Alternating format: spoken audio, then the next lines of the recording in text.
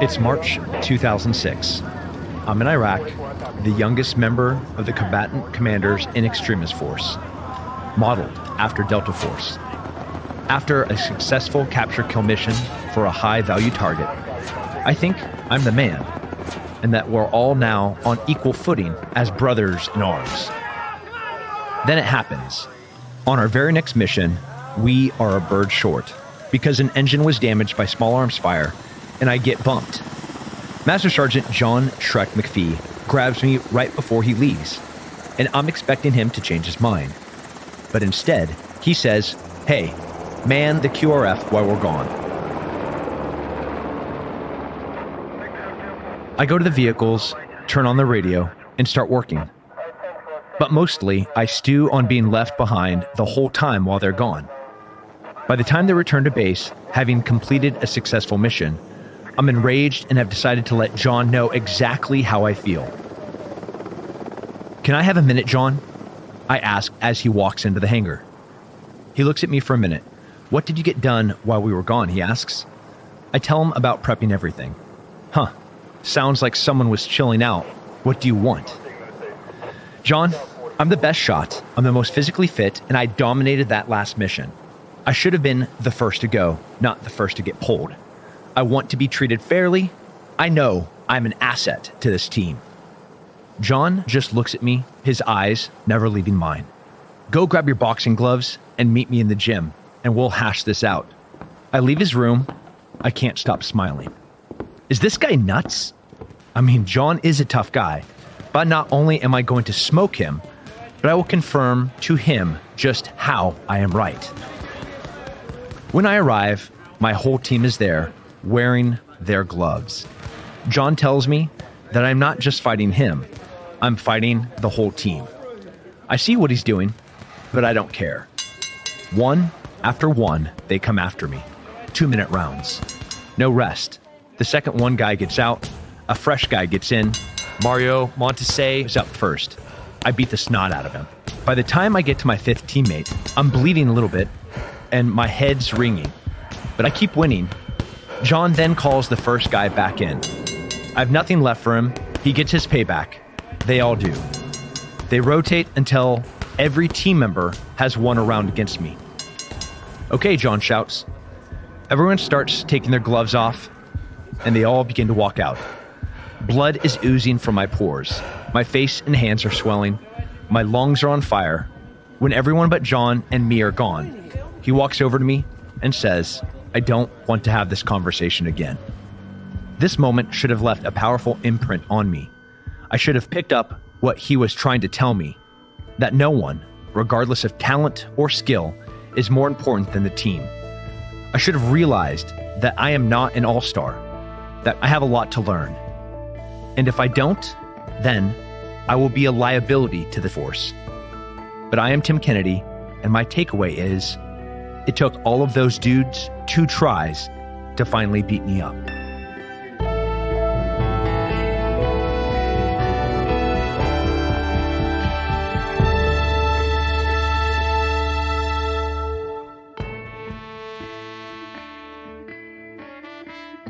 That was an excerpt from Scars and Stripes, an unapologetically American story of fighting the Taliban, UFC warriors, and myself, read by the co-author Tim Kennedy. The book, co-written by his good friend Nick Palmiciano, tells the story of Tim's life, from his rebellious California youth to his rise to become a top-ranked MMA fighter, to his experience serving as a Special Forces sergeant hunting some of the world's most wanted terrorists. Tim has done a lot more, including taking down human traffickers and overseeing a private evacuation of thousands of Americans and allies in Afghanistan during the chaos of 2021. I'm Carrie Varohaikis, and we chat with Tim today on Army Matters.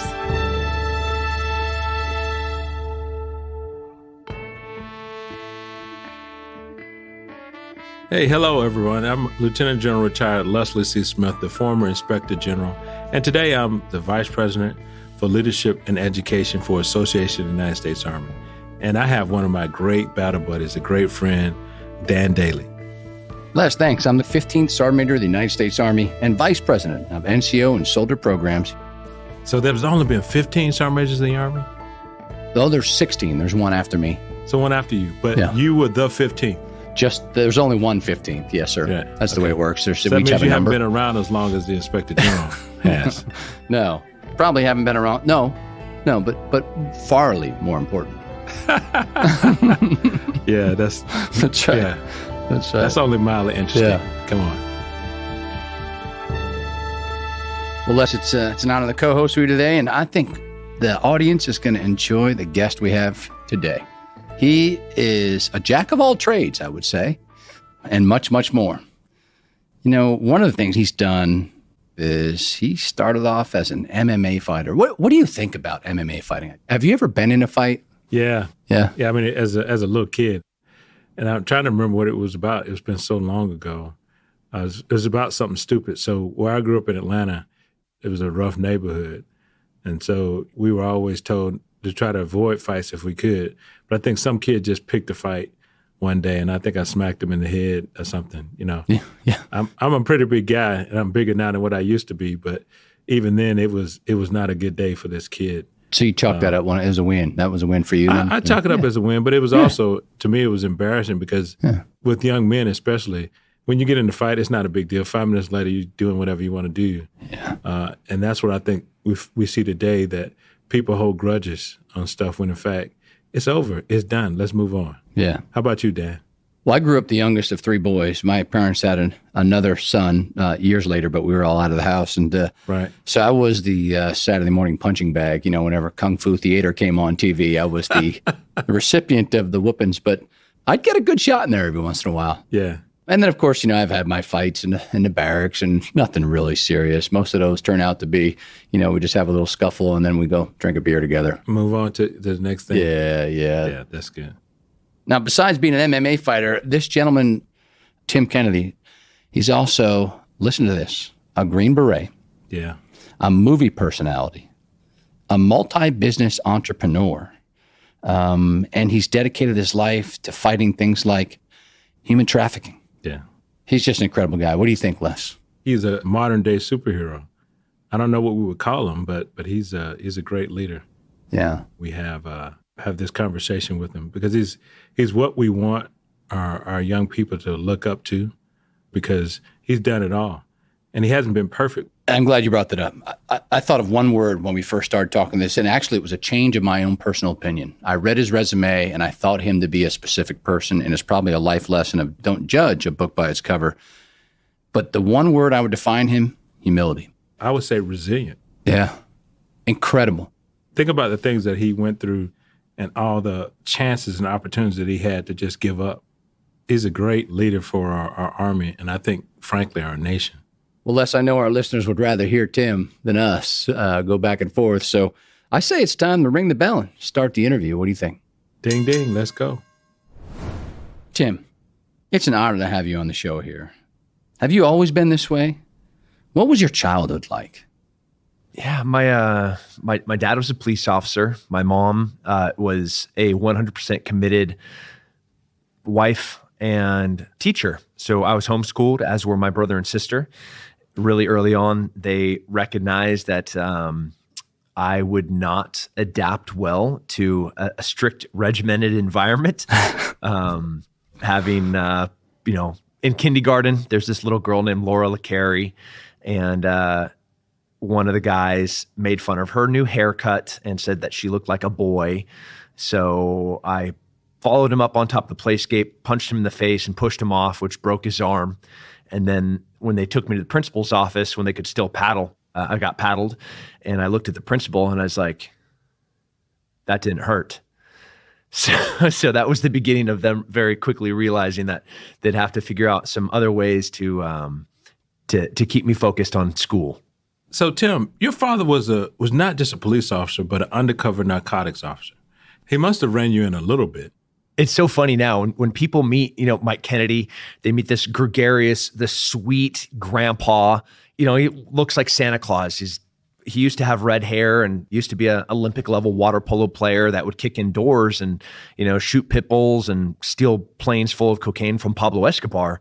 And I can barely reconcile the two because the man that I remember is obviously not the man that exists today. People change, but he was a force at 300 pounds and 6'3", 6'4". He was like one of the smallest guys on their direct action unilateral narcotics task force. And this is peak war on drugs.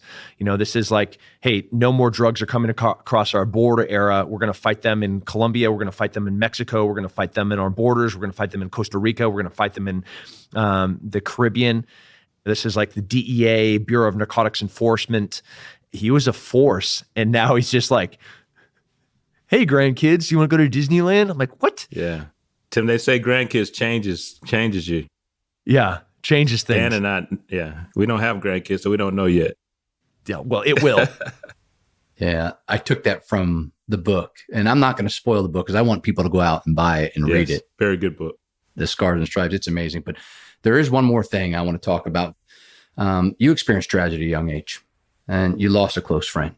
Tell us about it, Tim. My best friend, we were in Atascadero, California.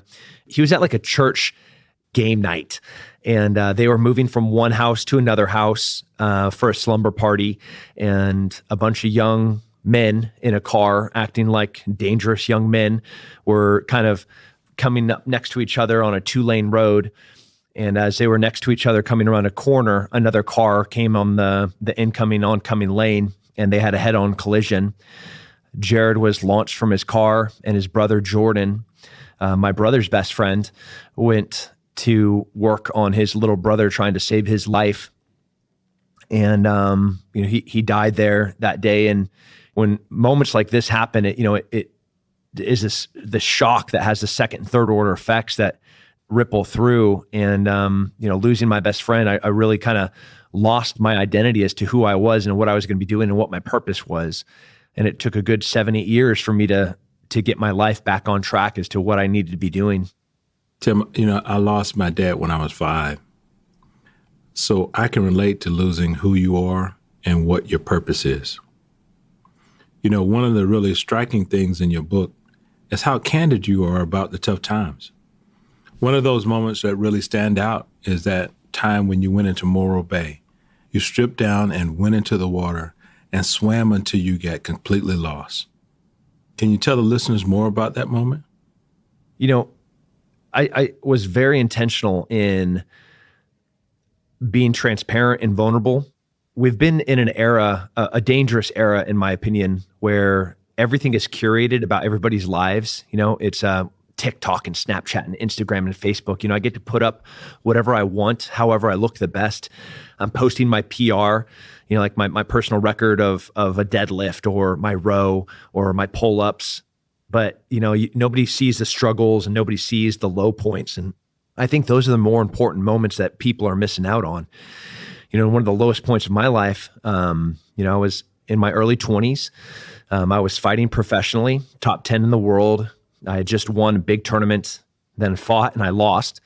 At the same time, the patriarch of our family, my grandpa, greatest generation, World War II, Army Air Corps, survived the Great Depression. He's dying of emphysema, and every breath is slightly less full than his prior breath. And while he's dying on his bed, I can't, what used to be my sanctuary, which is the Cambria Beach House, I can't even go there because the man that I have looked to and aspired to be is just slowly withering away and dying. And this is still in that period where I'm figuring out what my purpose is again. And there's nothing more dangerous than a young man without purpose. And I was a young man without purpose. And it's one of the greatest things I love about our military is we give purpose, direction, motivation. When you have purpose with direction, motivation, man, the things that we can accomplish are insurmountable, climbing cliffs and storming beaches and raising flags on Iwo Jima. That's the things that a young man with purpose can do. I did not have purpose. At this time, I have a few women pregnant all at the same time. None of them are the women that I was actually with. A girl walks into the gym that I kickbox at, and she tells me that she has HIV, and she was with me after one of my fights at a party after the fight where there was a good chance that I could have contracted HIV from her. And so I go to Morro Bay, California, and I take all my clothes off. I drop my wallet and my pager onto the sand. And pager, that's right. Yeah, we can relate to that. And I wade out into the water and I just start swimming due west into the fog. Another moment of divine intervention, call whatever you want. But there was a woman, I'm assuming it was a woman, an old one, because that's who lived in Morro Bay, but I don't know who she was. She called the Coast Guard and said, I just saw a young man walk out into the water and start swimming into the fog. I can swim, and I can swim fast, and I swam for about 30 minutes, so I'm guessing I'm maybe 1.5 miles to 2 miles out into this water. I'm in the dense fog, and I have no idea which way the beach is. I can't hear it, and I'm just treading water. I'm cold, and I'm freezing. The water in Morro Bay is about 55, 53 degrees, and I've been out there for about an hour now, still trying to figure out which way to go. Just not willing to go into the darkness, sit down to the drink. I just keep swimming. And, this boat, a little Coast Guard boat, and they have really cool boats there. They're, the Coast Guard has a name for them. I'm not going to give the Coast Guard a lot of credit, but it's a really rad boat. It can't be toppled. Like if it gets inverted, it flips back over. Right. It's a pretty cool. And these guys come up, and there's this captain with his legs dangling over the front of the boat. And he's like, "Hey, what are you doing?" I'm like, "Man, I'm swimming." He's like, "Yeah, I see that. What's going on?" So I give him like the bluff, the wave tops of what's happening in my life right now. He's like, "Man, I was going to offer to pull you out, but truthfully, I might just stay in the water if I were you." I'm like, "Okay." But it's real cold. And he leans over and he looks down at me. He's like, "Yeah, I see that." And I'm like, dude, there's something about it, a seaman's sense of humor that's just cut straight to the bone. And he says, "Hey, man, I'm going to give you an offer. I'm going to treat your life with a little bit more respect than you have treated your life. And I'm going to give you a chance to get out of the water. Do you want to get out?" And he wasn't asking literally. He was asking metaphorically, figuratively, like, this is your chance. This is your one chance to start making a choice that can start changing the trajectory of your life. Wow. So rather than force you to get on the boat with him, he got you on there another way. I mean, I assume you got on the boat. Leadership comes in lots of different forms, but one of the most important things is this being a man of integrity, character, and truth, transparency. He could have been like, "Hey, go and get on this boat, son." And I would have responded the exact way that a young man in his 20s would respond. Just like, "No, I'll just keep swimming." Instead, he immediately built rapport and he showed interest in me. And that interest connected me to him. And then he gives me an option of making a wrong choice or a right choice. I would have sat there and continued to tread water and drowned because I'm a stubborn young idiot without purpose. But instead, he did the thing that a real leader does, which is find a way to speak to the audience, which is a young man that's hurting in the water. And that's important. Well, you say it right there in the book. In the introduction, the phrase, "failure is going to happen." Tell us more about that. I mean, you are not going to find improvement without failure. If you go to within special operations, we're getting ready to go a direct action, counterterrorism, hostage rescue, whatever. You're doing hundreds of reps inside the house and you're pushing the envelope. You're getting shots outside of the bowling pin. You're making mistakes on the entry. You're not shooting the center. And those mistakes, we then come outside. We identify the mistakes in our AAR and we sustain the things that we did right. We identify the things that we need to improve on, but you're not going to improve without making those mistakes. In weightlifting, in running, in jiu-jitsu, in boxing, the reason that you learn how to bob and weave is by getting hit. The reason that you learn how to escape a choke is by getting caught in that choke. The way that your body gets stronger in adaptation is I try to do a 405 deadlift and I do it 4 times, but I'm trying to get 5 times, but I fail on the 4th time and I drop that weight, my body goes, oh man, you just failed. You have to be stronger to be able to do this thing the next time that you try it. So then your body adapts. Your brain is the exact same way. And I think your soul, and I think that your discipline and your resolve and your grit, those are all things that are equally connected to your mind and your body. And the only way that you can find that grit is to be challenged and ultimately to fail. I think we need to reiterate that a little bit more. This thing about failing and folks getting trophies just for participating, I think is not great. So expound on that a little bit more about, failures that you've had and how that have helped you grow you into the man that you are today. Man, I'm in Ranger School, right? You go to do your PT test during the bending phase when you're getting inducted. You're knocking out those reps and it's like 45, 46, 47, 48, 48, 48, 48, 48, I was there. 48. And you're like, hey, bro, my chest is bouncing off the ground and I'm going to full lockout. And he's like 48. And he's just like looking right at you. And he just wants to see you fail. And he wants to see you not quit. He wants to see you make a conscious decision with intentionality. You can keep calling 48s, but I'm going to keep going until you get sick of saying 48, until you give me that 53. Right. And they know exactly what they're doing. They're looking for that quitter. They are looking for you to find a reason to get off that ground and be like, oh man, that RI, he just wouldn't give me a real rep. Nah, that's not it. You're like, you should have failed every single opportunity leading up to that point. So when you're down in that front leaning rest and he's counting that 48 over and over and over again, you've already failed 500 times. Well, you're not going to fail in that moment because that's the moment that you got to shine. But you can't be ready for that without all of the failures leading up to that moment. As young Rangers, we're taught failure's not an option. But one of my top 10 leadership tips is it's okay to fail. It's not okay to quit. You were an MMA fighter. I mean, you started fighting at the age of 17 with guys like Chuck Liddell. Tim, what makes a young 17-year-old man want to get into a ring and get beat up? I mean, what drives you to that point in life? The goal is to not get beat up. The goal is to beat somebody else up. I mean, painful college was one motivation. When the first time that I fought and somebody handed me a few $100s for knocking a guy out in like 25 seconds, I was like, well, this is kind of awesome. But I also, and I think a lot of young men feel they want to be challenged. Again, back to a young man without purpose.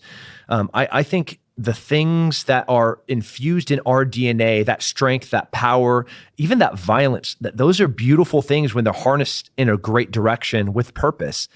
When you look at our current generation where we have broken young men that are going and hurting innocent people, that is all of that right, just beautiful, powerful energy being misdirected and misguided, where that same energy directed and guided with purpose into something beautiful, like going and stopping fascism where Jews are being murdered during the Holocaust. Like, that's awesome. Give me those young men.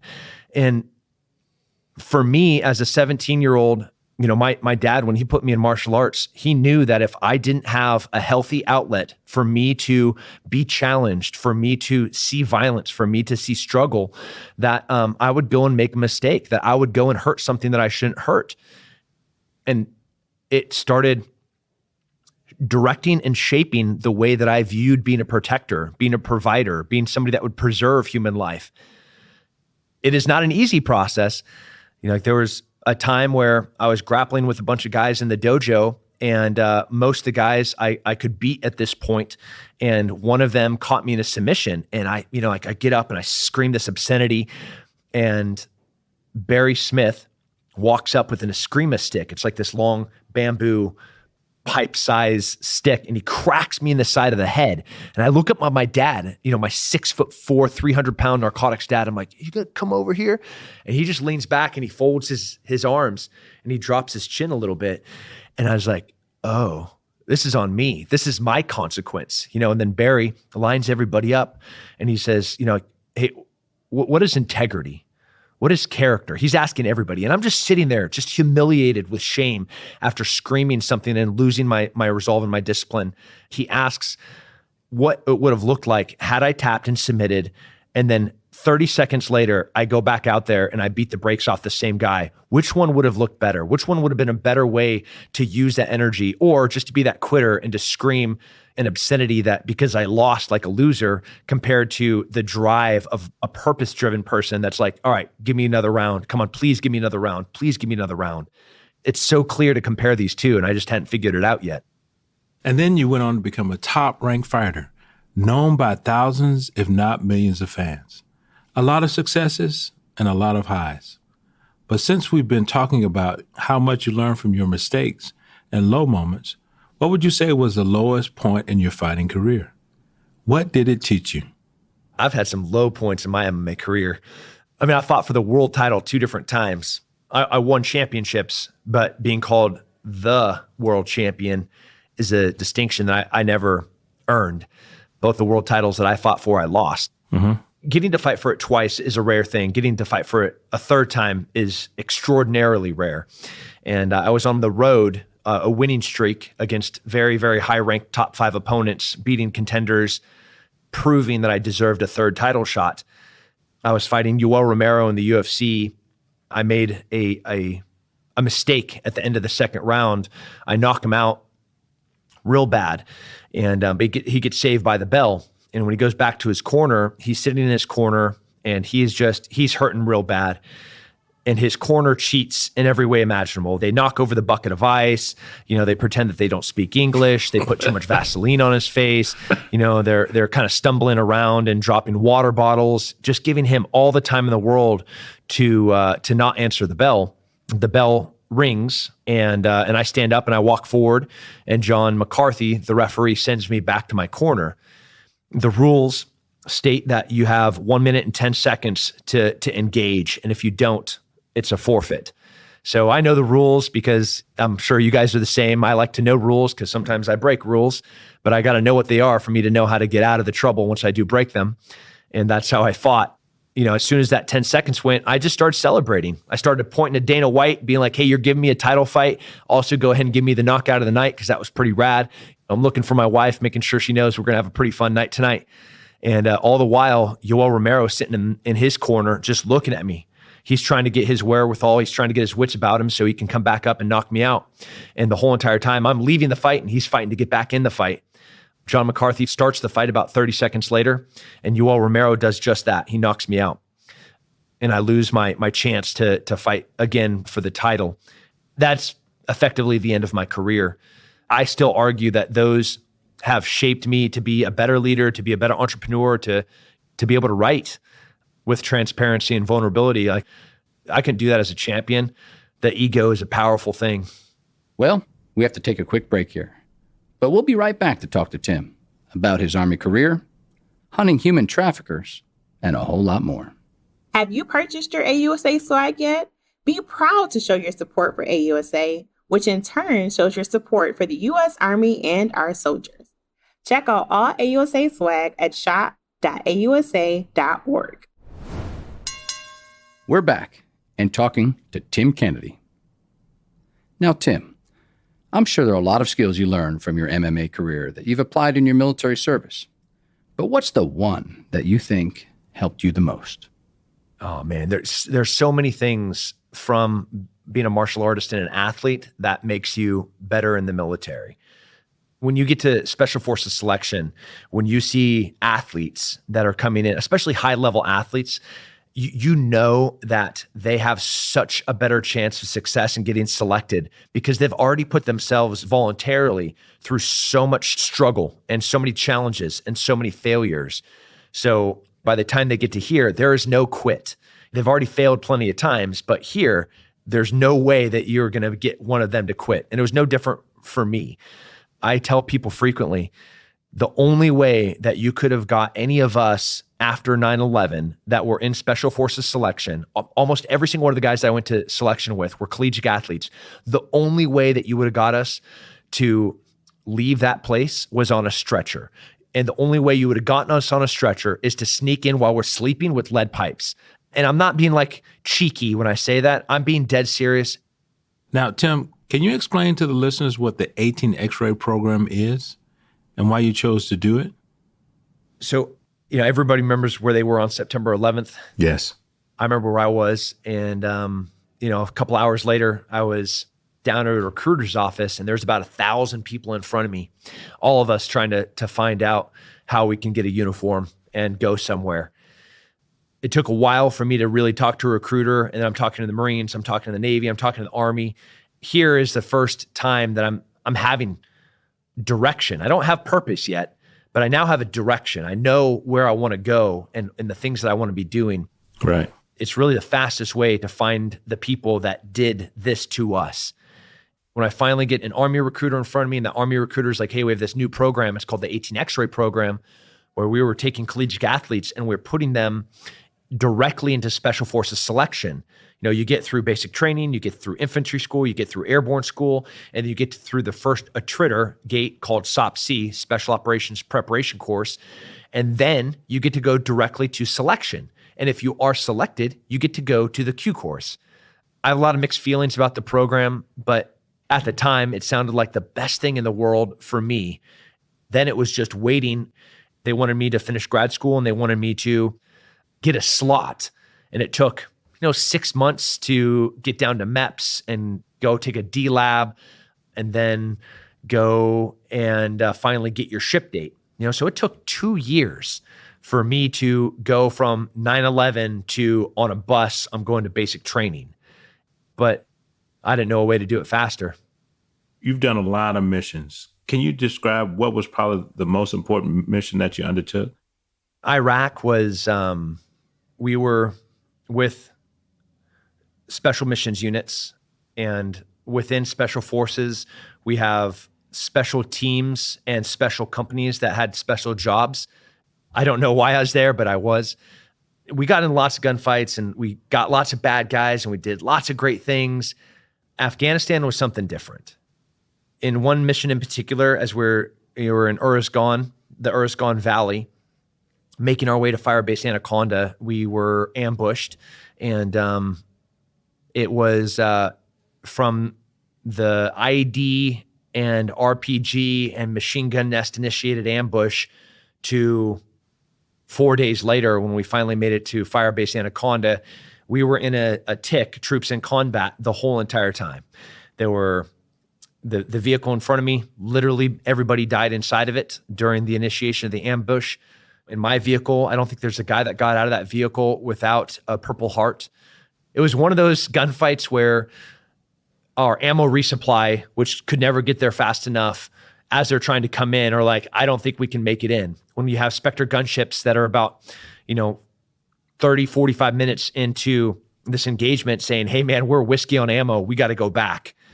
When A-10s are like, this is too danger close. And we're like, if you don't do this, we're all going to die. Back to failure.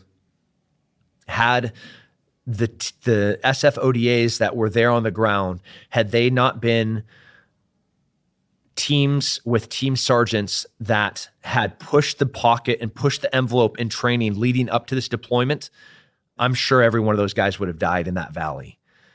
It changed everything and every perspective that I would have about who I was as a teammate from that point forward happened in the Valley of Afghanistan. Tim, we could literally do 2, 3, 4 podcasts on your military career, which is incredible, which still continues to this day, as a matter of fact. But I want to talk about the skills you learned as a fighter, as a soldier, and put it in something that you became passionate about, and that was human trafficking. How did you get into this? It was really being with 7th Special Forces Group, traveling to South America and the Caribbean. I would see, the worst thing that you can make a soldier do is put him in a place where he can't do anything. We have this thing in us to preserve and to protect those around us. We have soldiers that will jump on top of a grenade to save their teammates to the left and to the right, and they know what just looks like. But then we have to go to these places where we can't do things, right? Where I'm going to a KLE, a key leader engagement in Afghanistan. The warlord that I'm going to talk to, he walks in and he has a 13-year-old girl with him who is his wife, and he has a 9-year-old boy that has all the makeup on his face. Mm-hmm. And I'm here to talk to that warlord, and I need that warlord to do things for me. So I can't do the things that I know are right, like beat him into a bloody pulp for being a pedophile. Mm-hmm. But that's what I want to do. Yeah. But I can't do that because I'm in this position, or I'm in South America, or I'm in the Caribbean. I was in Trinidad. And this is before President Obama was coming in. We were doing a PDSS, a pre-deployment site survey for Secret Service. So we were an advanced team. Secret Service was coming in. I identified all the places that I would put a sniper if I wanted to be a sniper to try and engage the president. I'd hand this packet over to the Secret Service, and they would put people in all those different rooms. You know, like there's huge tradecraft, how these guys do all these things. But while I'm in Trinidad, I needed to learn the center of gravity for who is good and who is bad. So like we were going down to the bad areas of town. We'd go to the bars, go to the strip clubs. We'd find informants and humid. We're not buying prostitutes or anything, but we're seeing who is buying these people, and we're seeing who's running the money and who's commanding the security guards at the door. I'm watching these young girls get shuffled in here and watching these young girls get shuffled out the back, but I can't do anything. It just ate at my soul. My hands were tied because I was there in a capacity that I couldn't effectively do the thing that I knew I should have been doing, which is like kick in that door and grab every person in there, put them in flex cuffs, drag them out down to the embassy and rescue every one of these girls. Can't do that. But the first time I had the opportunity to start working with NGOs, non-government organizations and nonprofits that focused on human trafficking, it came with me a lot of experience and contacts that I was able to leverage to try and have positive effect on something that was just eating at my soul. Yeah, that's good. Like Dan said, we could talk about this for a couple of hours, but we got to get ready to close. You're a TV personality, an entrepreneur, a trainer, and a father. How have you been able to balance the family life and dangerous ventures and the entrepreneurship over the years? I look for dead space. I look for these black times that are just wastes, and I just cut them from my life. And if there's something that I can relegate or delegate, I just hand that off and I push that off. That's not something I need to do. I have these brilliant men and women around me. We color code things. So if it's red, it's something that I have to directly affect. If it's yellow, it's something that I need to know about, but it's not anything I need to do right now. And then it's green. It's something that, yeah, we're handling it, but here's your purview, here's the bluff, here's the essay on it, and we'll handle the rest. And with that, I get this battle rhythm where people ask, like, how can you do all this volume of work? Man, I have purpose. I have direction, and I'm pretty motivated because I have the most amazing family on the planet with the most amazing colleagues and associates that I get to work with. Like, why wouldn't I be? Shame on me if I'm going to waste one moment doing the wrong thing, when I'm going to sit down and play video games, if I'm going to go smoke a cigar and play poker. All the while I could be at the lacrosse field with my son, or I could be in the gym doing weights. Right before I came here, I was in a cold water immersion after I did a blood flow restriction workout before I get on this podcast with you amazing fellas. Make good use of your time. Yeah, Dan, he's making us look bad, brother. No, I love it. I love it. I'm the same way. Now I got to go do another workout. Come on. Go ahead, Dan. One last question for you, Tim.